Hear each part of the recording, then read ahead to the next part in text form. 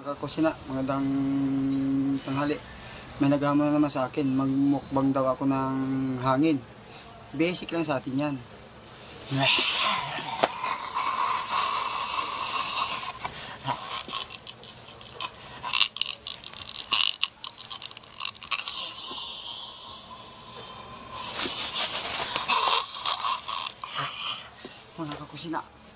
Mga kusina, basic lang sa akin yan. Kanyang pag-comment niyan.